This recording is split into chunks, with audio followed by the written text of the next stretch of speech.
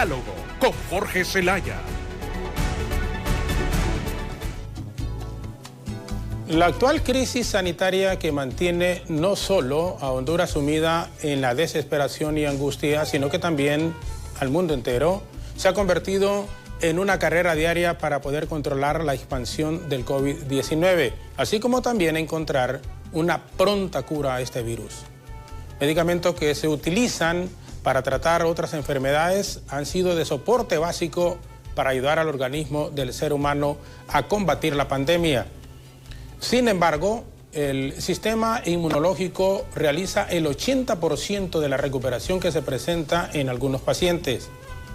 Ante esta fatigante carrera, nuestro país no se ha visto indiferente y un nuevo tratamiento prehospitalario en contra del COVID-19 fue creado por científicos hondureños y se denomina Maíz AAA.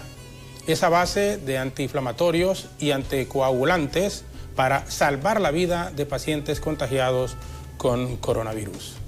La fórmula consiste en la aplicación de medicina a los pacientes que muestren un cuadro grave durante su traslado del hogar a los centros hospitalarios. Para hablarnos de este esperanzador método está con nosotros el doctor Omar Videa, quien junto al especialista en Texas, compatriota nuestro también, doctor Miguel Sierra, dieron paso a esta receta esperanzadora. Doctor Videa, como siempre, es un enorme placer que nos acompañe. El doctor, lo dijimos la vez anterior, ex cronista deportivo, ex locutor, imitador de voces, porque sigue imitando y a buen nivel. Y ex, ¿qué más diríamos, doctor? Primero, muchas gracias por estar aquí con nosotros. De verdad. Muy buenos días, licenciado Jorge Zelaya. Es un gusto estar aquí en Diálogos. Realmente, sin duda alguna, es el momento de que los hondureños saquemos nuestro mejor talento en las diferentes áreas en función de dar una contribución al Estado como pueblo, como nación, ya que demanda de la comunidad científica en este momento de sus mejores elementos para generar propuestas que traigan como resultado el colaborar, el contribuir a parar esta pandemia, que sin duda alguna hemos visto el comportamiento de las últimas semanas en un ascenso acelerado. Esta semana que recién llevamos con 5 días de reporte, usted ve que hemos superado ya los más de 1000 casos en una semana. Entonces, sin duda alguna, vemos un ascenso exponencial de la enfermedad y hace que pues podamos poner todo nuestro interés en función de buscar soluciones que lleguen a paliar por sobre todo esa tasa de letalidad que es muy importante en relación a la cantidad de muertos. Pues al final de cuentas sabemos que esta es una condición que va a cobrar muchos casos, pero lo que queremos es que no cobre vidas, sino que sin duda alguna puede llegar a enfermar la persona, pero no necesariamente a fallecer. Doctor, este nuevo tratamiento conocido, denominado así, Maíz AAA, ¿en qué consiste? El Maíz AAA, como usted lo recordará, hace aproximadamente 2 semanas hicimos un planteamiento en función de esa necesidad. Honduras hasta hace 2 semanas no tenía un panorama claro en función de la respuesta a darle a las personas que enfermaban sin tener síntomas, porque la enfermedad estaba presente, porque si a usted le hacen una prueba de COVID-19 y sale positivo, aunque no tenga síntomas, usted ya es un portador y es un potencial transmisor de la enfermedad. Entonces, a ese grupo de personas que no tenían síntomas, no había una cobertura en su tratamiento, sino que se dejaba un tratamiento expectante. ¿Y qué pasaba? Hemos aprendido de que el COVID-19 entre un 30 a un 50% pasa asintomático, pero toda enfermedad cuando comienza no da síntomas. Entonces, ¿quién le puede garantizar a usted que en el primer día ya de incubación del virus y que se detecta a los 4 o 5 días de haberlo tenido, quién le asegura a usted que usted va a formar parte de ese 30%? Nadie. Si más bien las probabilidades son de que el 70% represente síntomas. Hay que verlo desde ese otro ángulo. Entonces, ante esas personas que vimos cómo empezaron asintomáticas y se fueron complicando, entonces se creó este tratamiento para ese sector, los asintomáticos con la enfermedad demostrada. Está el otro grupo de las personas que tienen síntomas y que no tienen pruebas. Alguien podrá decir, pero eso no es posible. Sí, en Honduras sí es posible. O sea, tenemos una limitación en lo que es la realización de pruebas que ha ido aumentando conforme han ido pasando las semanas, pero sabemos que es insuficiente todavía porque aspiramos a no menos de 1000 pruebas diarias. Entonces, ¿qué vamos a hacer con esa población en el área rural que está con síntomas de COVID-19 y que no tiene una prueba? ¿Vamos a esperar tener un resultado para tratarlas? Entonces, esa fue una categoría a la cual también aplica el tratamiento maíz, que básicamente es un grupo de fármacos que están compuestos por 4 elementos farmacológicos, como es el microdacin, la acitromicina, la ivermectina y el zinc. Entonces, ese tratamiento es para primera línea de tratamiento. Ahora, ¿estos medicamentos se pueden adquirir con alguna facilidad en los centros de salud, la gente que vive en el interior del país, de la cual usted hablaba en este momento? ¿Cómo hacer? Eso es el punto que nosotros hemos pedido a la Secretaría de Salud, porque se tiene parcial el tratamiento, y el tratamiento, para que tenga la efectividad, debe de contener los 4 elementos para que sea efectivo. Es por ello que la Secretaría de Salud, después de este proceso de socialización, de estudio por la parte académica, científica de ellos, han llegado a elaborar y están por concluir, creo que en las próximas horas, la población puede tener ya un protocolo ya oficial de Estado en relación a la terapia maíz y maíz AAA. Entonces, el estamento jurídico que se requiere, esperamos que en las próximas horas esté, porque se ha concluido con un trabajo, con un protocolo, que tengo que decírselo aquí públicamente, es un protocolo que tiene más de 50 páginas. O sea, hablar de maíz no solamente es decir la fórmula, tiene todo el estamento que respalda usar esta terapia. O sea, es un documento fortalecido con la academia, con artículos científicos, porque aquí no hemos venido a proponer algo que se nos ocurrió en base a una inspiración. Esto viene producto de que estos medicamentos se han estado utilizando en todo el mundo, pero en muchos de ellos individuales o combinados 2.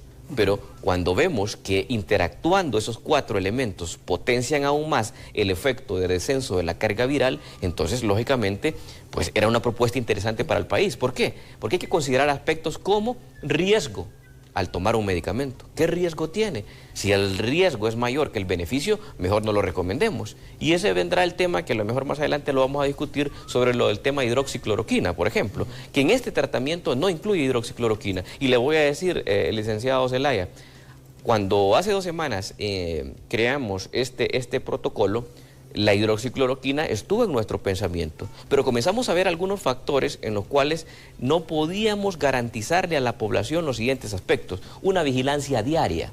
Hay que estar claros, nuestro sistema de salud es vulnerable en función a una alta demanda de pacientes. Usted no puede asegurarle a las personas que los va a estar monitorizando todos los días y que va a ir a su casa, porque acordémonos, el tratamiento maíz es un tratamiento domiciliario, donde no se requiere hospitalizar al paciente. Y es un tratamiento que, si bien es cierto, es domiciliario, tiene que obligatoriamente ser prescrito por un médico. No puede alguien automedicarse y tomárselo como preventivo, porque estos medicamentos actúan de tal manera que solamente si está el virus funcionan. O sea que si usted se lo toma de manera profiláctica, al menos los 4 compuestos, usted no estará haciendo ningún efecto, porque si no hay virus, no hay acción de los medicamentos sobre ello. Entonces, luego viene en esta historia que hace aproximadamente, le comentaré, el concepto de AAA se acuña desde el sábado en horas de la madrugada, porque esto surge así. Cuando a veces comenzamos a ver la necesidad, y con el doctor Miguel Sierra Hoffman me venía planteando y me decía, doctor Videa, ¿y qué vamos a hacer con las personas que llegaron tarde al tratamiento maíz y que ya tienen síntomas de complicación? Pero esa persona necesita trasladarse. Aquí en Estados Unidos tenemos un sistema de acción inmediata con el 911. Pero doctor, me dice, ¿y qué pasa en el área rural, donde las distancias son 8, 6, 4 horas para ponerse en un centro hospitalario? Entonces, estas horas son claves porque el proceso de inflamación y complicación respiratoria va avanzando. Entonces, ante esa necesidad que él me planteaba, fue que recién hace 3 días, instauramos esta propuesta del maíz AAA, que es dar maíz más una terapia que le garantice. Es en casa, básicamente es en casa. O sea, la fórmula maíz es para ser aplicada en casa. En casa, exclusivamente en casa. Y el catracho es aplicable ya en el hospital. En el hospital. Entonces, explicando estas fases, primera fase es el maíz, segunda fase es el maíz AAA. ¿Y qué se le adiciona en el AAA? Como usted bien lo mencionaba en la introducción, es 2 antiinflamatorios, que es la prednisona y la colchicina. Entonces, estos medicamentos, otro grupo que hay en el país, que se comercializa, que lógicamente la Secretaría y Sistema de Salud deberá garantizarle a la población tenerlos. Entonces, con esto lo que está usted evitando es que se inflame la parte pulmonar y la inflamación general, porque hemos visto que este COVID-19, antes de formar esos microcoágulos que son los que al final terminan cobrándole la vida por los infartos que se dan a nivel pulmonar, a nivel cardíaco, a nivel de riñón, entonces a nivel cerebral también, que hay algunos casos que reportan ya microinfartos a nivel cerebral producto de esos coágulos que se forman. Entonces, si usted da antiinflamatorio, la posibilidad de que haga microcoágulos se reduce significativamente. Pero aparte de eso nos adelantamos y damos un paso enfrente dando un anticoagulante seguro. Entonces el anticoagulante puede aplicarse principalmente por vía subcutánea, así como las personas que se inyectan insulina, esa es la misma vía subcutánea, y se da una aplicación que es única al día. Entonces si usted le pone los 2 antiinflamatorios y el anticoagulante, ya luego empezó a tratar. Y si quiere buscarle otro nombre, es un tratamiento preliminar al catracho, el AAA. Entonces, esa es la estrategia. Le voy a mencionar que esta estrategia se puede emplear en los hospitales regionales, que no cuentan con un abastecimiento de medicamentos. O sea, no habría necesidad, si esa persona llega bajo esas condiciones, de trasladarlo a un hospital nacional. Porque la situación a nivel regional y con la vigilancia, o sea, este tratamiento no es para que nos lo manden a Tegucigalpa, no es para que nos lo manden a San Pedro Sula. Ahora, pero hay que aplicarlo, doctor, porque realmente yo lo he venido escuchando hace una semana atrás, dando este tipo de explicación. Sin embargo, la gente se sigue contagiando de COVID, pues esta es una realidad. Llevamos ahorita más de 4.189 con el dato final. Y solo aparecen esos datos porque se ha hecho una prueba reducida. Así es. Entonces hay gente que está con COVID y que no sabe. Y que no sabe. ¿Cómo agilizar todo esto? Yo sé que le corresponde al gobierno como tal, pero ¿cómo hacerles entender a la Secretaría de Seguridad, a la gente de SINAJER, en que tienen que tomarse decisiones muchísimo más aceleradas de lo que está ocurriendo en este instante? Vea, en las mesas multisectoriales hemos tenido la oportunidad de participar como veedores, como orientadores, si se puede llamar así. Eso ellos lo conocen, saben de que estamos contra tiempo, estamos contra reloj, porque si bien es cierto, existen estas terapias, pero si no están al alcance de la población, la cantidad de personas que pueden llegar a fallecer puede ser muy alta. Eso hay que definirlo. O sea, qué bien que existe un protocolo, qué bien que se han demostrado casos, porque le voy a mencionar, en este momento estamos manejando más de 50 casos ya de COVID-19 en esas 2 categorías. Y ninguno ha sido hospitalizado y todos van con buena respuesta, pero no todos tienen el acceso, por ejemplo, de la compra de los medicamentos, porque si bien es cierto, los medicamentos han escaseado a nivel del sector privado, pero siempre han encontrado. Por ejemplo, yo le comento, de los 50 pacientes que estamos manejando en este momento, que son, de los cuales 40 son hondureños y 10 en el extranjero, eso es la realidad, con estas terapias. Tengo uno de los pacientes en Nicaragua, por ejemplo. Ahí en Guatemala, El Salvador y México, de los 10 pacientes que estamos manejando a través de este sistema de telemedicina. Fíjense que no es nada complejo. Yo he propuesto también a las autoridades que en esas áreas rurales donde solo se dispone un médico tal vez para 10.000 habitantes en estos municipios, porque hay municipios muy grandes donde solo se cuenta con un médico. Imagínense si en esta comunidad enfermasen 100 personas. Ya no tendría capacidad un médico de poderlos evaluar. Entonces, ¿por qué no ocupar, por ejemplo, el sistema 911, no solamente para atender llamadas, sino que podemos hacer videollamadas? Porque uno puede evaluar a la persona, lógicamente visual, hay mucha información, y poder dedicarle un tiempo, que puede ser media hora, 45 minutos a cada persona, para poder llegar a interrogar y conocer un poco más en detalle y decir, este es el planteamiento que a esta persona le corresponde. Entonces, si las personas tienen un monitoreo cercano, creo que igual la segunda fase, bajo estos criterios, pueden tener un monitoreo domiciliario, pero lógicamente tendría que estar más activo en la parte médica. Entonces, creo que debemos de darle celeridad, licenciado Zelaya. Me preocupa sobremanera que esto lo veníamos avisorando. De hecho, acá estuvimos hace un par de semanas y hablábamos de la posibilidad de que se iba a llegar a un ascenso. Y en la medida que las semanas van pasando, la posibilidad de aplanamiento de curva es muy distante. ¿Sabe usted que en Estados Unidos, que ya tienen cumplido 120 días de esta pandemia, no han logrado aplanar la curva? Sí. Nosotros recién ahora vamos a llegar a los 80 días y no quiero ser pesimista, pero le tengo que decir a la población que faltan mucho más por ver, lastimosamente. Pero, ok, si vamos a enfermar, que haya una respuesta, porque nadie se preocupa acá que van a haber 5.000, 10.000 casos de gripe en el año 2020. ¿Por qué no hay preocupación por ello? Porque hay tratamiento. Entonces, el temor principal, y el temor para todos es natural, es que si nos vamos a enfrentar a una enfermedad que sí hay un porcentaje de las personas que mueren, lógicamente el temor existe. Pero en la medida de que tengamos tratamientos que ya han sido certificados en el mundo, no solamente en Honduras, porque en Honduras comenzamos a tener experiencia en estos manejos, entonces en la medida que generemos esa confianza, pero la población tiene que ver reflejado que los medicamentos están en los centros asistenciales, porque no podemos dejar exclusivamente el tratamiento para el sector privado, no podemos limitar a la atención al sector público, personas que no pueden comprarse un medicamento porque con mucha dificultad, con mucho sacrificio en este momento están consiguiendo fondos, recursos para alimentarse. Entonces, ¿cómo vamos a poder guardar medidas de bioseguridad bajo un panorama de esos? Y no digamos cómo vamos a exigirle a la población de que compre los medicamentos. No es posible. Entonces, bajo ese contexto, vea, hay fármacos que pueden costarle 20.000, 40.000 empiras, y por eso no se ha propuesto, en estos esquemas, porque estos esquemas también deben de ver la realidad del país.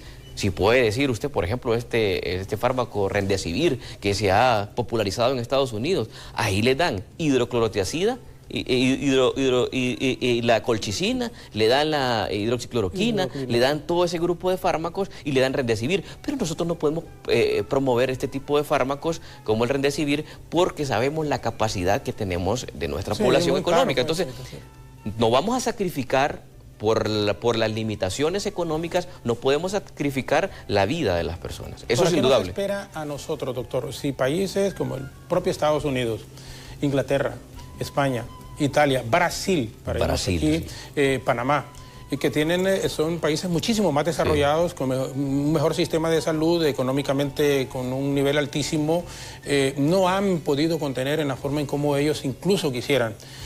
¿Cuál es la proyección que se hace? Porque la gente se sigue preguntando, bueno, ahorita estamos hablando solo de 4.189 hasta ayer y hablamos de 182 personas fallecidas. Sí. Pero yo lo escucho a usted decir, digamos, la curva. Estados Unidos con 4 meses, 120 días. Nosotros llevamos 80. Sí. ¿Qué va a pasar entonces? O sea, ¿qué nos espera a nosotros como país con las limitaciones que tenemos en todo sentido? Sí, indudablemente el virus va a seguir propagándose, el virus va a seguir contagiando personas, eso es algo indudable. De una u otra manera hay una percepción de que en cualquier momento podemos enfermar. Pero como le explicaba, enfermar con un tratamiento a la mano da la seguridad. Tampoco es que vamos a exponernos y no guardar medidas. Eso sería ilógico. No creo yo en los planteamientos de países que han ofertado el hecho de contagiarse para terminar con el virus, o sea, de la diseminación. No, yo creo que eso, nuestro país no está preparado para ello, porque recuerde, como usted bien lo hacía en la introducción, nuestro sistema inmunológico.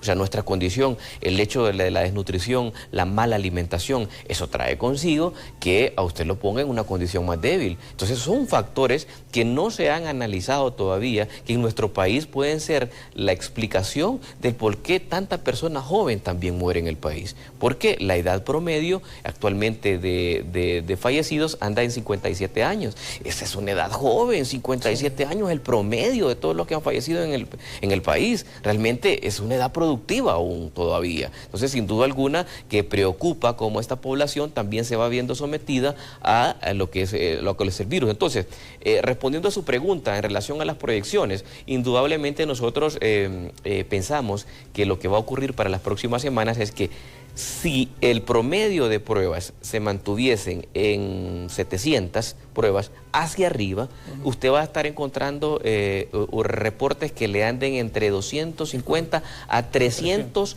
casos nuevos positivos por día, lo que le presenta un escenario que podemos llegar para las próximas 2 semanas a tener entre 1.500 y 2.000 casos por semana nuevos. O sea, yo siento que el panorama de Honduras en relación a los casos puede superar a Panamá.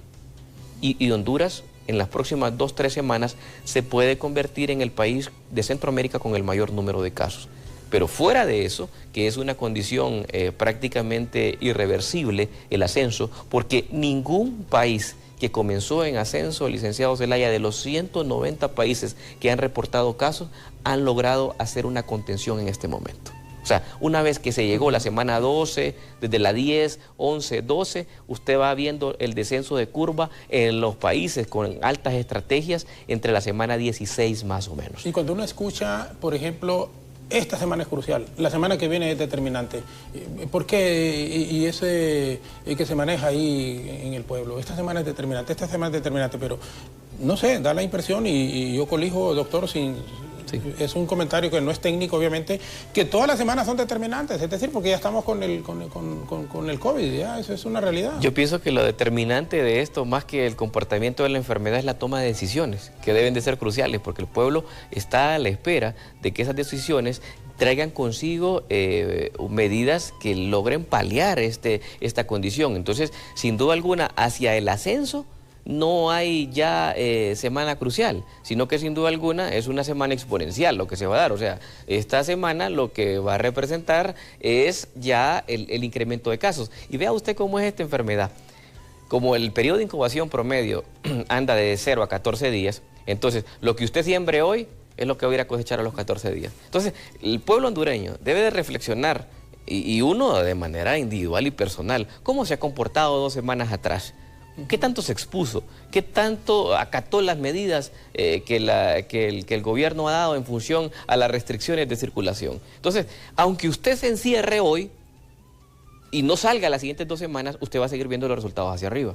Porque el producto del incremento de los casos no es de lo que hizo ayer, no es de lo que hizo hace 2 o 3 días, es de lo que ha pasado en las últimas 2 semanas. Y haga lo que haga, no lo va a poder detener en estas 2 semanas.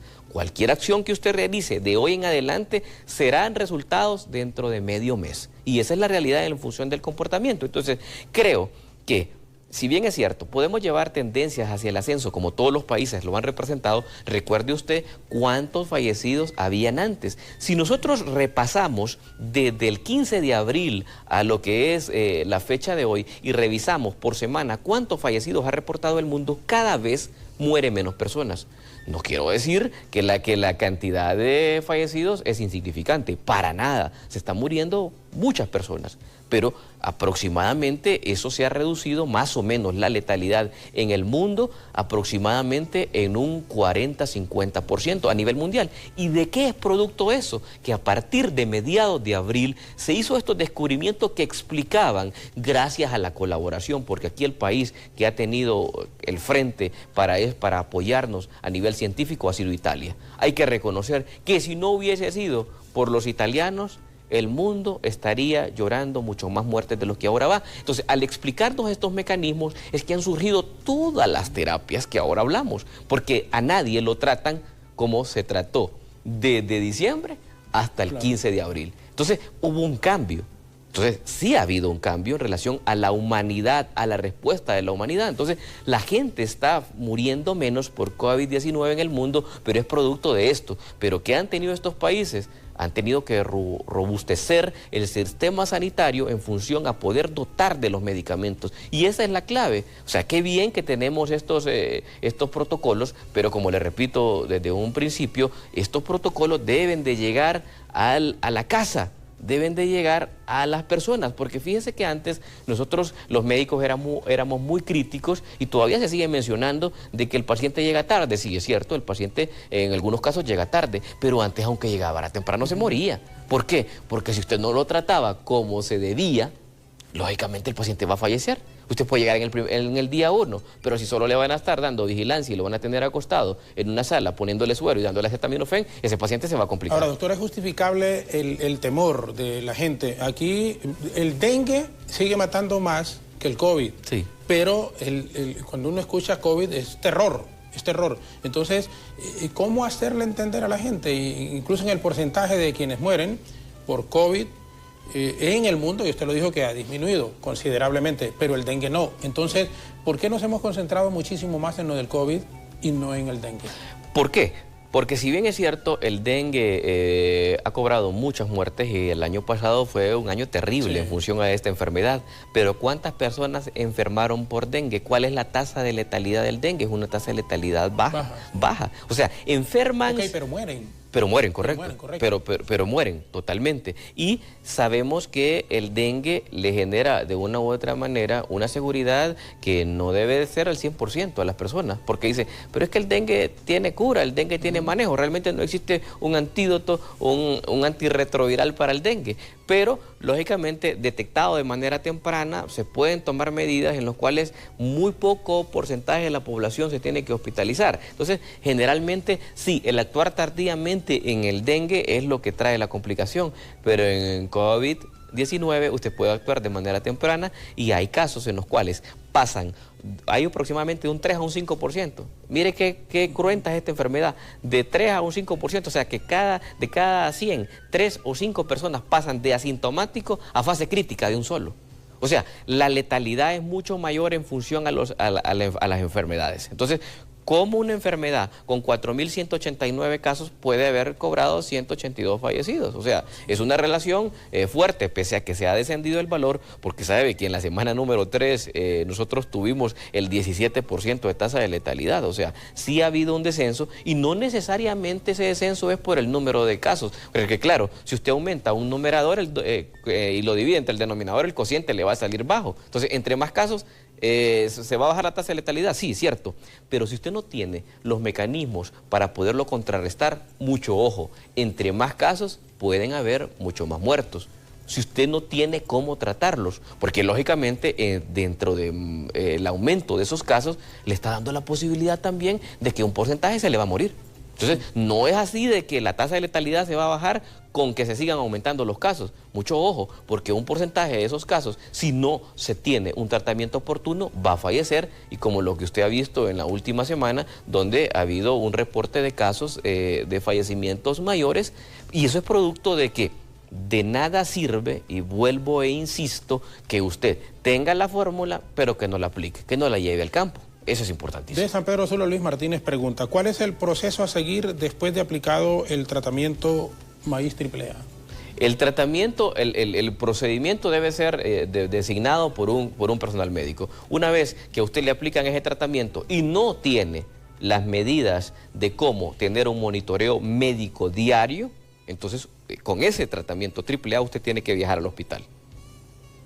Puede ser que en el hospital vaya a estar 1 o 2 días en observación y le sigan continuando la terapia en casa. Puede ocurrir eso. Podemos reducir la tasa de hospitalización, el número de días de hospitalización, porque el promedio de días hospitalarios de COVID-19 es de 10 a 14 días.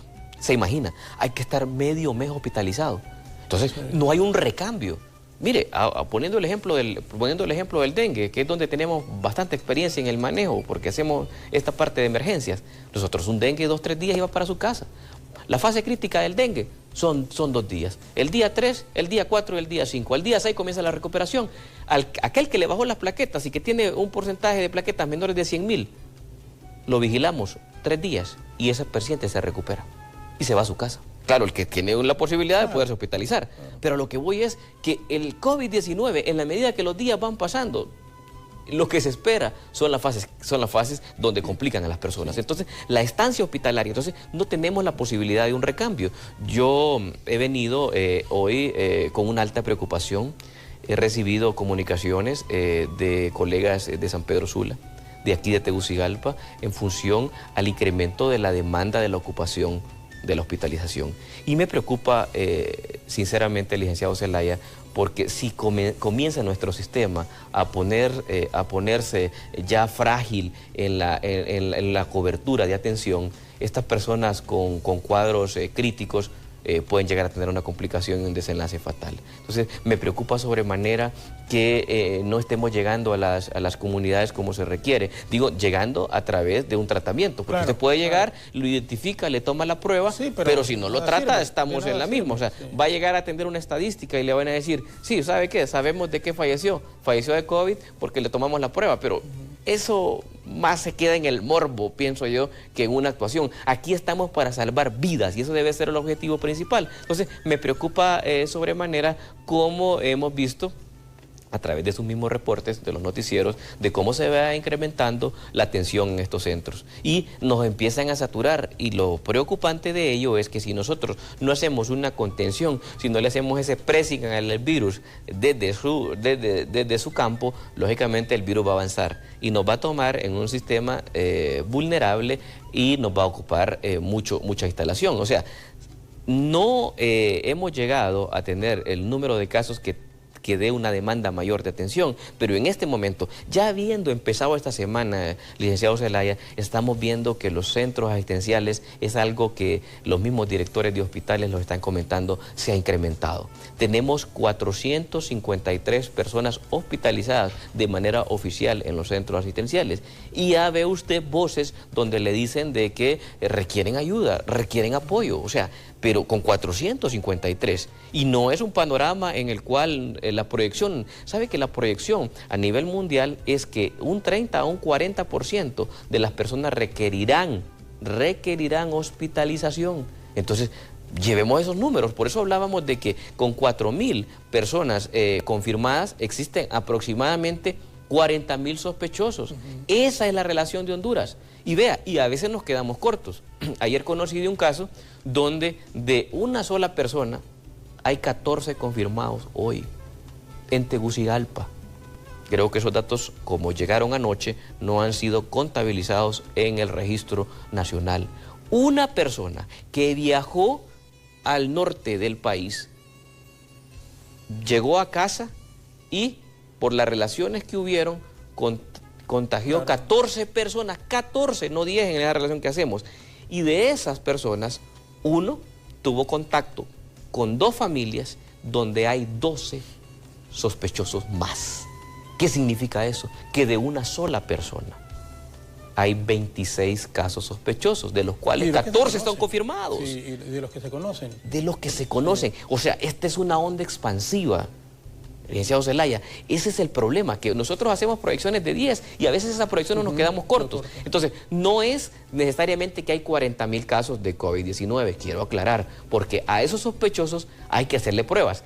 ¿Y cuánto es la positividad? Fíjese que la positividad ha aumentado en esta semana. En los 5 días que tenemos, la positividad en Honduras, pese al retraso de pruebas, es del 37%. Ninguna semana en Honduras había tenido la positividad de las pruebas de esta semana. Entonces, si le aplicamos el porcentaje de ayer, que fue 40%, ¿de cuántas personas estaríamos hablando confirmadas hacia esas 40.000 sospechosas en relación a los 4.189 casos que hay? Serían 16.000 personas que tendrían COVID-19. Científicamente se podría afirmar que hay una alta posibilidad de que exista ese número.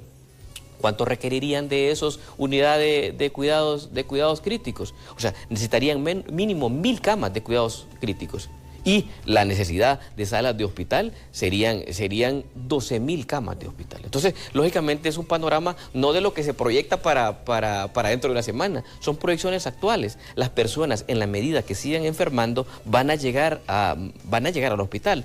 Porque de una u otra manera el instinto de sobrevivencia lo va a hacer llevar a eso. Entonces, no a la población, o sea, aquí debe haber una integración, una unidad, tanto del pueblo, el gobierno y todos los sectores para poder tratar esta pandemia, porque no podemos vernos expuestos a poder llegar a escenarios en los cuales nuestro sistema se satura. O sea, mi mayor preocupación en este momento, licenciado Jorge Zelaya, se lo digo, es el sistema de salud, porque ningún país se ha tenido la capacidad de dar respuesta a su población en relación al COVID-19. Entonces, si nosotros ya en estas fases, en esta semana número 11, comenzamos a ver cómo se saturan estos centros asistenciales, es el momento de primero reflexionar de manera individual y decir, ¿qué estoy haciendo? Si estoy haciendo bien las cosas, estoy siguiendo las medidas, ¿cuál es el grado de exposición? Porque yo puedo ser una persona joven que tenga la capacidad de soportar el virus,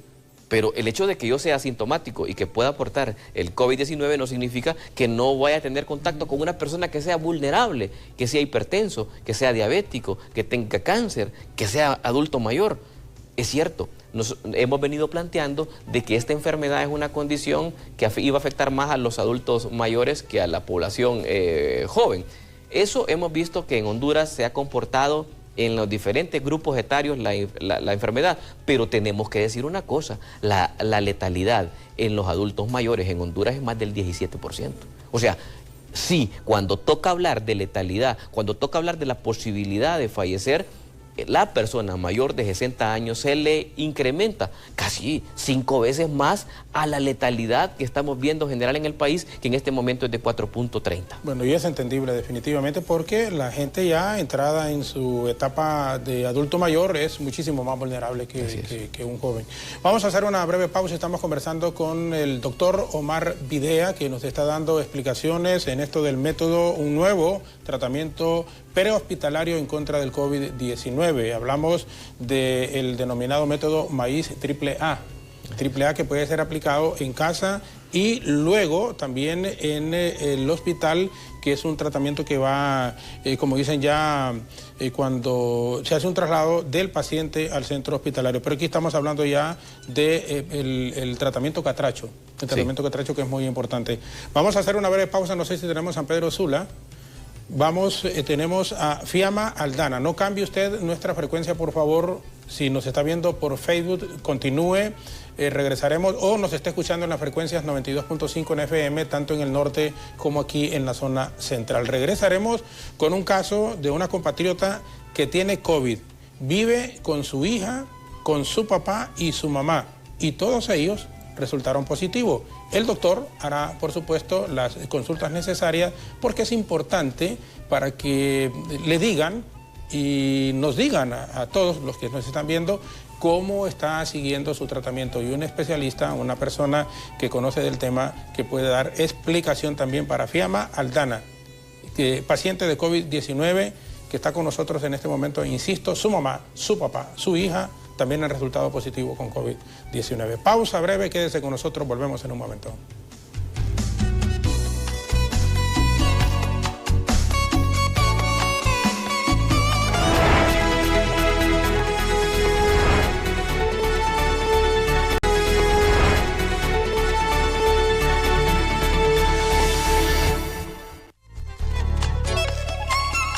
Seguimos aquí en el estudio con el doctor Omar Videa, especialista en medicina interna. Es un científico hondureño que está trabajando con médicos también en el exterior para encontrar cura a esto del COVID-19, como ocurre con muchísimos científicos en el mundo. Hay gente que dice, vamos a tardarnos 1 año, a tardar 6 meses, 3 años, 5 años, pues solo Dios sabrá, doctor. Así es. Solo Dios sabrá, pero lo importante es estar haciendo ese esfuerzo y estarle diciendo a usted que nos está viendo en este momento que tiene que poner de su parte, tenemos que poner todos. A propósito, Fiamma Aldana la tenemos vía Sky en este momento, es una paciente de COVID-19, resultó positivo su papá, su mamá, su hija, todos en su familia tienen COVID-19. Actualmente se encuentra asintomática y se hizo la tercera prueba para conocer si el virus salió de su cuerpo. Fiamma, muchísimas gracias por aceptar esta comunicación, le agradecemos muchísimo y aquí está con usted y nosotros el doctor Omar Videa. Muchísimas gracias, Fiamma. A la orden, buenos días. Buenos días, Fiamma. Buenos días, Fiamma. Hola, doctor, nuevamente. Gusto saludarle.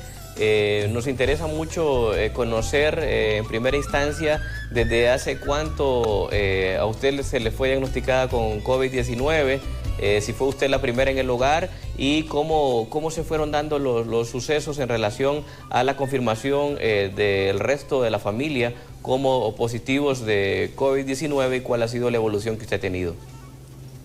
Bueno, buenos días. Quien resultó positivo primeramente fue mi papá. Él se infectó porque es un paciente de diálisis, él tiene insuficiencia renal crónica. Luego de eso, pues nosotros le hicimos una prueba rápida a él, la cual resultó negativa.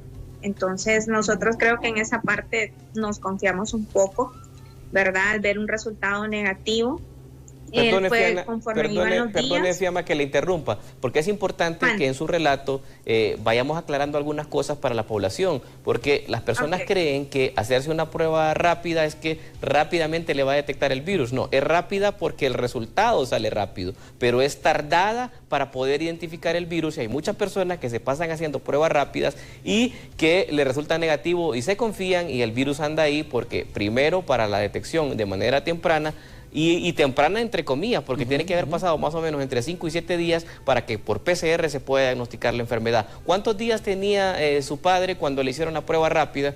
Aproximadamente una semana estuvo un poquito mal. Sí.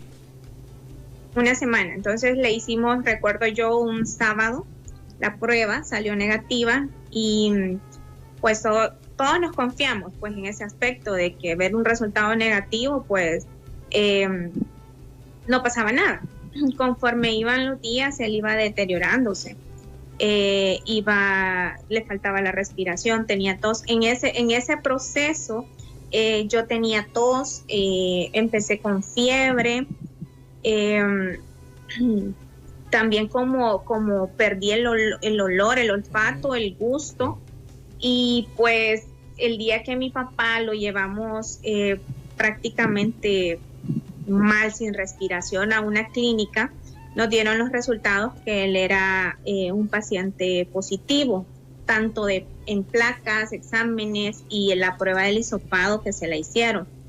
Por ende, en ese momento, pues, yo tenía que hacerme la prueba, tenía que hacerse la prueba a mi mamá y mi hija, porque nosotros vivimos con él. En ese momento, la prueba rápida igual a mi mamá y a mi persona no salió negativa, pero a mi hija sí le salió positiva, ¿verdad? Entonces, llamé a su pediatra, le dije, Maynor, fíjate que Maya salió positiva. En ese momento yo pensé que ella iba a morir, porque ella había tenido 4 años de un proceso de traqueotomía, sonda gástrica, nació prematura, una broncodisplasia en su momento en los pulmones. Me dijo, no, tranquilízate, los niños, o sea, en teoría son los menos afectados. Llevamos ese proceso, ¿verdad?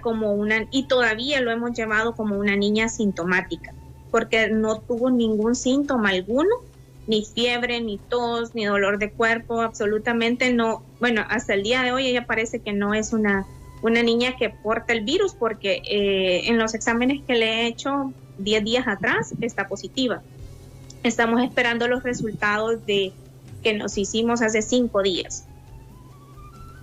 ¿Cuándo dejaron de presentarse ya los síntomas? Todos están asintomáticos. Entiendo que su hija nunca tuvo síntomas. Ajá. Sí, yo sí tuve los síntomas. Yo estuve 5 días en casa, un poco crítica, falta de respiración, sentía que me ahogaba, me dolía el pulmón derecho, era el que me dolía un poquito más. Mi hija sí asintomática, mi mamá estuvo con síntomas casi al mismo tiempo que yo, pero no le afectó la respiración, gracias a Dios, porque ella es una persona diabética. Mi hija asintomática. Mi papá es el que se llevó la peor parte del virus, porque él todavía sigue internado en el hospital. Hasta este momento ya está estable. Estuvo crítico, luego estable, luego estuvo crítico con ventilador mecánico. Y ahorita pues sí está ya con oxígeno de puntas sí, nasales le llaman. Sí, ya va en evolución satisfactoria. Ya va en evolución. Qué bueno, ya porque come, fíjese que su padre... de no comer, ya sí, tiene 5 días comiendo. ¿verdad? Sí. Eso es un gran avance para él. Ha logrado superar porque hoy recientemente publicábamos un estudio en relación a una casuística nueva en Estados Unidos, en una de las comunidades de allá, donde se había hecho un estudio con pacientes de cuidados intensivos. Y sabe que en Estados Unidos la letalidad con todos los tratamientos que existen en este momento, en ese estudio, fue del 50%. La mitad de las personas que entraron a una unidad de cuidados intensivos, es un artículo que se ha publicado hoy en horas de la mañana en el New England Journal of Medicine, dice que el 50% fallece. Entonces, imagínese el impacto que es, no digamos, teniendo enfermedades crónicas como lo es la hipertensión o diabetes o insuficiencia renal. Realmente ha sido milagro y lógicamente el buen actuar que los médicos allá en San Pedro Sula han tenido con su padre, que sin duda alguna las probabilidades de que no estuviese con vida eran muy altas. ¿Qué tratamiento utilizaron ustedes? ¿Qué tratamiento? ¿Se les dio algún tipo de tratamiento o se manejó solamente con vigilancia? No, en casa, por ejemplo, a mi hija le dimos el Kilox y un zinc, ¿verdad? Sí. Aunque ella estaba asintomática, órdenes de su pediatra. En mi caso también él me trató, ¿verdad? Que le agradezco mucho a él porque a pesar de que es un pediatra, pues tomó asuntos de adulto, leyó, hizo muchas cosas para poderme tratar a mí, ¿verdad? Y él estuvo súper pendiente de mí y de mi hija. Tomé ivermectrina, sí, ¿verdad? ivermectina, sí. La dexametasona. Estuve también con un jarabe porque me dio tos, que me lo dieron en el Colegio de Ingenieros cuando me fui a hacer la primera prueba. También estuve con la citromicina. Eso fue el tratamiento que él me indicó y realmente a los días yo sentí mucha mejoría. ¿Qué es el maíz? O sea, en resumen, es el maíz y utilizó el esteroide. El esteroide, o sea que a ella de hace semanas atrás ya tuvo parte de la terapia AAA, porque la dexametasona es de la misma familia de la prednisona. Entonces al final utilizó un antiinflamatorio, porque cuando ya comienza con una tos insidiosa, una tos recurrente y con dificultad respiratoria, ya está en una fase pulmonar y solamente el sistema inmunológico de ella es que evitó, y lógicamente el tratamiento que le dieron evitó que no llegase a una complicación ya de hospital. Pero si no hubiese tomado el antiinflamatorio, le garantizo 100% que hubiera llegado al hospital. Se hubiera complicado. Fiamma, solo hacer un agregado al que mostraba el doctor en este momento. Usted está en la tercera prueba en este momento. Hace 5 días se la hizo. Estoy esperando los resultados de la tercera prueba de hisopado, ¿verdad? Sí. Ya creo que hace 5 días me la hice. Y pues esperando que ella esté negativa. Ahora, ¿cómo está sobrellevando esto del COVID? Porque, doctor, yo la miro a ella, honestamente, muy segura. Sí. Tal vez no tranquilo, pues, pero da la cara, porque la gente generalmente, y en su entorno, los vecinos, la familia, ¿cómo es el tratamiento que se está dando en este momento? Pues fíjese que yo ya estoy un poco más tranquila, realmente ya estoy con un ánimo totalmente diferente a los primeros días. Porque de síntomas realmente yo me siento muy bien, o sea, no tengo ningún síntoma a excepción de que me ha quedado como una garraspera, pero estoy ahí como haciendo cositas, ¿verdad?, en la casa para quitarme ese malestar, pero realmente los síntomas que yo tuve, que yo sentí que me iba a morir, porque realmente hasta el pecho me saltaba, me dolía mi pulmón derecho, realmente no los tengo. ¿Y ya no tiene dificultad para respirar? ¿Usted camina, no tiene dificultad para respiar? Para hacer actividades en la casa. Antes sí, caminaba y me cansaba totalmente. Hubo una noche que mi mamá me dijo, hija, te llevo al hospital, yo tengo seguro social, te llevo al seguro social a que te pongan oxígeno porque se me saltaba el pecho. Entonces, pero yo le dije, no, mamá, o sea, tengamos fe que yo voy a estar bien. Necesito cuidar a mi hija porque no tenía quien cuidar a mi hija siendo positiva. ¿Quién me la iba a cuidar, verdad? Sí. Entonces yo le dije que no, que por favor, o sea, esperáramos que ya estaba con el tratamiento. Ya al día siguiente pues yo ya amanecí más tranquila, siempre con la dificultad de respirar, pero no como estaba, como saltándome el pecho, se me saltaba el pecho exagerado. Y pues, no sé, esperando que esta prueba salga negativa realmente. Sí, en este momento lo que resta es poder certificar la salida del virus. Clínicamente no tiene prácticamente, bueno, no tiene ningún síntoma. O sea, pudiésemos decir, Fiamma, que usted es ya una persona asintomática curada, que lo que falta es documentar esa prueba negativa para que usted de una u otra manera pueda comenzar a insertarse en la vida diaria, sí, porque una vez que ya se demuestra que no hay ningún fragmento del virus a través de una prueba PCR de control, está libre. O sea, es documentar, es como su certificado de curación, pero sabemos de antemano de que el virus ya no lo tiene. O sea, la descripción que ha hecho hoy es ese ejemplo donde las personas, si acuden de manera temprana, como hemos dicho, si levantan la mano de manera temprana, habrá alguien que le apoye en relación a iniciar un tratamiento que evite las complicaciones, porque ellos entraron todos en una fase que no es la típica. Sí. Por eso le digo, o sea, el 80% dicen que van a pasar con síntomas clásicos. Es cierto, eso no se contradice, pero ¿quién le garantiza a usted que va a estar en ese 20% como le tocó a ella? ¿Y quién le garantiza que va a tener el acceso a esos medicamentos? Sí, o sea, es una condición donde es un juego hacer la vida. Eso es así de sencillo, es un juego, es una ruleta rusa. Es una ruleta la cual está jugando Fiamma con su familia, con su mamá, con su papá y con su hija. A propósito, ¿qué edad tiene su niña? 4 años. 4 añitos, imagínese. O sea, es bastante complicado. Yo creo que se tiene que tener, primero fe, doctor, primero muchísima fe, una gran fortaleza. Y bueno, no yo solo decirle, Fiamma, primero, muchísimas gracias por aceptar conversar con nosotros, gracias de verdad. Y después... A la orden, a ustedes por invitarme. No, todo lo contrario, después si cabe, darle ánimo, en el sentido de que yo creo que usted puede ser incluso como ejemplo, doctor. Totalmente, totalmente. Para mí, la forma en cómo la veo, sí, con la seguridad, con todo, y es un problema serio. Aquí es donde decíamos hoy, comenzando con Alejandra y Evelyn el programa. Miren, tenemos que darle gracias a Dios con todas las cosas que nos pasan, buenas o malas, Fiamma. ¿Por qué? Porque ni las hojas de los árboles se mueven sin la voluntad de Dios. Entonces, si esto le ha pasado a usted, son como pruebas. Así que, Fiamma... Sí, exactamente. Para mí esta pandemia es una lección de vida, no solo para mí, mi familia, sino que para toda la población. Realmente es momento de unirnos, de cambiar ese chip, como yo digo, ¿verdad? De aprender de esto. Porque realmente es una lección grande que nos están dando, Dios, la vida, ¿verdad? Y necesitamos, este es el momento como de solidaridad con las personas, no solamente con las personas que estamos positivas en esta enfermedad, sino con todos, con su vecino, con su familia, con su misma familia, con sus amigos, ser solidarios, porque para mí una mascarilla no quita ni sonrisa ni solidaridad. Sí, escucha, bueno, gracias, Fiamma, una vez más. Muchísimas gracias, oye.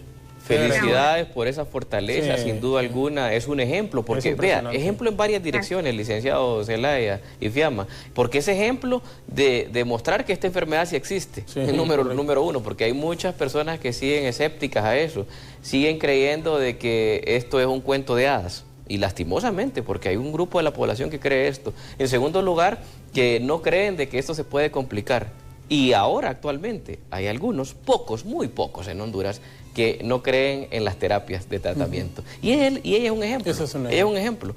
Si ella no toma esos medicamentos, también, la historia hubiese sido otra. Disculpe que lo interrumpa. Personas que también tienen miedo, eso he tratado yo de llevar en mis redes sociales, que no tengan miedo, miedo de pedir ayuda, que busquen ayuda médica. Si mi caso, mi experiencia les puede ayudar, yo siempre les digo, busquen un médico. Yo no soy una persona profesional para darles un tratamiento, ¿verdad? Pero por lo menos mi experiencia con los síntomas, con esta enfermedad, decirles que no tengan miedo, que busquen un doctor, porque las personas se cohíben porque el vecino los puede discriminar, porque la otra persona lo puede discriminar, y no se trata de eso. Si usted no busca una ayuda médica, puede complicarse y puede llegar a fallecer. Porque esta enfermedad es así, o se trata temprano o fallece. Sí, bueno, realmente es impresionante. Gracias, Fiamma. Muchas gracias. Gracias, de veras. Gracias. Saludos ahí en San Pedro Sula y bendiciones para usted, su papá, su mamá, su niña, toda la familia. Muchas gracias. Muy amable. Fiamma Aldana, su testimonio es un testimonio de vida. COVID-19 es una realidad, como apunta usted, doctor, y tenemos que acostumbrarnos a vivir con ella. Totalmente, es una situación en la cual dentro de un par de años, cuando uno enferme de COVID-19 o de coronavirus, como se le va a llamar al futuro, sencillamente coronavirus, será algo tan natural, será algo como decir...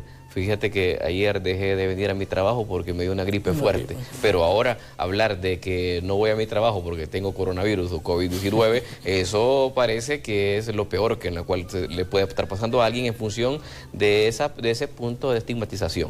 Y creo que eso lo tenemos que ir rompiendo porque en la medida de que esto vaya creciendo, la posibilidad de que nosotros podamos enfermar es muy alta y tenemos que tener la seguridad de que existan terapias. O sea, si la persona no se trata de esa manera, lógicamente los desenlaces no son lo que usted está viendo ahora actualmente. Como FIAMA, hay muchos casos que pronto irán saliendo a la luz pública en la medida que se vaya certificando su recuperación. Pero esta historia en marzo no era igual, esta historia no era igual. Esta historia de la persona que llegaba a esa condición realmente terminaba en una unidad de cuidados críticos y con pocas posibilidades de sobrevivencia.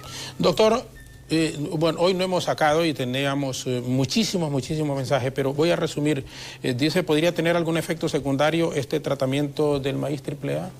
Tratamientos secundarios, muy pocos, prácticamente ninguno, en primer lugar hay que decirlo, que ponga en riesgo su vida. Eso se deja establecido, la comunidad médica lo puede certificar y a la población le digo, este tratamiento no tiene ningún efecto letal, Así es sencillo. Hemos tomado a bien poner fármacos que tengan interacción en función de contrarrestar el virus sin que haga un riesgo mayor si se toma a nivel comunitario. Usted no va a ver reflejado ningún efecto crítico en relación a utilizar el medicamento. Lo que sí es que úselo si usted lo necesita. De lo contrario, permita que otras personas que sí están ávidas de recibir un tratamiento de este tipo puedan suministrársele y no desabastezca a través del acaparamiento de medicamentos por prevención. No existe todavía un medicamento en prevención. Hay un par que en las próximas semanas pudiesen estar saliendo y el medicamento que más se acerca a esa profilaxis en este momento en el mundo es la ivermectina. Pero en su momento el pueblo hondureño lo va a conocer y con la responsabilidad por sobre todo de la comunidad científica cuando se hagan estas observaciones. Esperemos que haya un número superior de estudios. Sabemos que hay otros estudios con la hidroxicloroquina en relación a profilaxis, pero en este momento tenemos que documentar bien los casos para poder hacer esas propuestas. En este momento el tratamiento es exclusivamente para personas que ya tienen el virus. Doctor, gracias por habernos acompañado. Es, por supuesto, como siempre, un enorme placer el que está aquí con nosotros y lo dejo para que nos envíe nuestro mensaje a la población, siempre esperanzador, un mensaje de fe en medio de esta pandemia que estamos enfrentando. Uno quisiera, no es fácil, pero uno quisiera escuchar gente como Fiamma Aldana hace algunos minutos, en el sentido de que portadora del COVID su mamá, portadora de COVID su papá y portadora de COVID su hija de 4 añitos. Entonces, aquí es donde uno les dice, a quienes nos están viendo y nos están escuchando en este momento, hay que tener fe, hay que confiar en un ser superior, hay que ir hacia adelante, pero un mensaje, por favor, final, doctor. Sí, sin duda alguna, este aspecto que usted recobra en esta plática que hemos sostenido es sin duda alguna que debemos estar amparados sobre la cobertura de Dios. Sin duda alguna, soy un creyente pleno en Dios. Pienso de que Dios no nos ha desamparado en este momento. Ha puesto igual, como han habido las enfermedades, también se van dando los tratamientos. A la población hondureña, confiar. Usted en este momento no está para tomar experiencias en relación a el actuar. Hay una definición ya de cómo abordarlo, de cómo tratarlo. Entonces, solo deposite la confianza en la comunidad médica para que usted de manera temprana pueda identificarse para poderle ayudar. Levante la mano y por sobre todo en este momento recuerde que con las manos limpias usted va a lograr contrarrestar este virus. Por eso el mensaje es que hay que jugarle limpio a la vida, hay que cuidarse, hay que hacer todas las medidas que como contención lleve. Comience usted individualmente, luego hable con los miembros del hogar y luego hay que exigir a las autoridades que nos puedan dar la cobertura. Pero todo inicia por uno mismo. Muy buen día. Doctor, disculpe, pero una pregunta aquí. Dice, si alguien que tiene COVID y lo envían a casa, eso daría lugar a que contagie a los demás miembros de la familia. Si alguien tiene COVID, ¿qué se puede hacer? Bueno, el aislamiento, o sea, dejarlo en una habitación y estarle proveyendo los alimentos, porque no es dejarlo abandonado, ¿verdad? Hay hogares, hay un caso que yo voy a en 20 segundos comentarlo. 8 personas viviendo en una casa. Solo un contagiado, pero levantó la mano desde que hubo la sospecha. Se comenzó a tratar asintomático. Ahora, después de 10 días, el resto de la familia está asintomática y con pruebas negativas, o sea, no desarrolló la enfermedad porque se hicieron las medidas de aislamiento. Sí se puede, siempre y cuando usted guarde las medidas de bioseguridad. Gracias, doctor. El doctor internista Omar Videa nos ha explicado que el nuevo tratamiento es un puente entre las fórmulas hondureñas maíz AAA que se aplica en la casa del paciente y el catracho que se receta más que todo en los centros hospitalarios.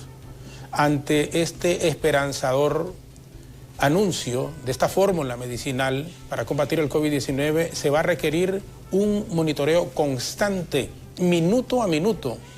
Por tanto, es necesario que las ambulancias incluso sean dotadas de ese tratamiento maíz AAA para poder aplicarlo al paciente antes que llegue al centro hospitalario. Ha sido un enorme placer contar aquí con la presencia del doctor Omar Videa y vía Sky de Fiamma Aldana, que su espíritu y su forma esperanzadora de ver las cosas con todo y que es positiva del COVID, su mamá, su papá y su hija de 4 años, pues hombre, está con esta actitud que quisiéramos tener muchos hondureños y que les enviamos el mensaje a usted que nos está viendo para que nos reflejemos en casos como el de Fiamma. Dice, debe de haber solidaridad, es un momento en el cual todos debemos de unirnos como país para poder salir adelante. Una vez más, doctor, gracias por habernos acompañado. Repetición de este diálogo hoy a las 11 en punto de la noche, siempre aquí por BTV. A usted le invitamos a que continúe con Hola Honduras. Alejandra Rivera, Evelyn Sosa, continúan hasta las 9 en punto de la mañana. A propósito, mañana tendremos en entrevista y el doctor van a tener a Héctor Vargas, el técnico de Maratón. Maratón y ex técnico de muchos equipos como Victoria, Olimpia, Platense, tricampeones. Universidad. Gracias, doctor, sí. Una vez más, de veras. Es un enorme placer que haya estado con nosotros. Mañana, en el diálogo, el técnico de Maratón, el argentino, exitoso, ha logrado muchos títulos con equipos acá en el país. Héctor Vargas estará con ustedes y nosotros. De momento, gracias, buenos días y que Dios les bendiga.